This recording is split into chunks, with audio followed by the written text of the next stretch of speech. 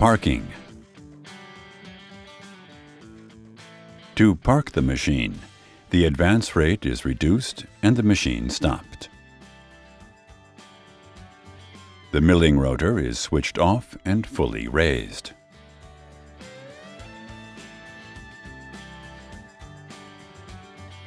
The machine is fully lowered onto its lifting columns.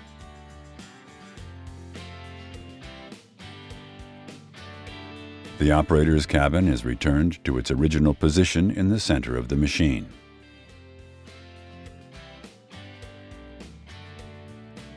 The diesel engine is switched off by pressing the red stop button on the engine control panel and holding it down until the engine stops.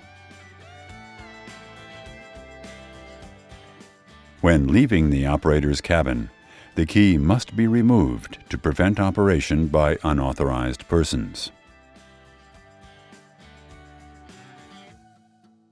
If the WR is not operated for an extended period of time, the battery master switch must be set to off. However, this must only be done once the warning light has gone off, showing that the exhaust aftertreatment system is not active anymore.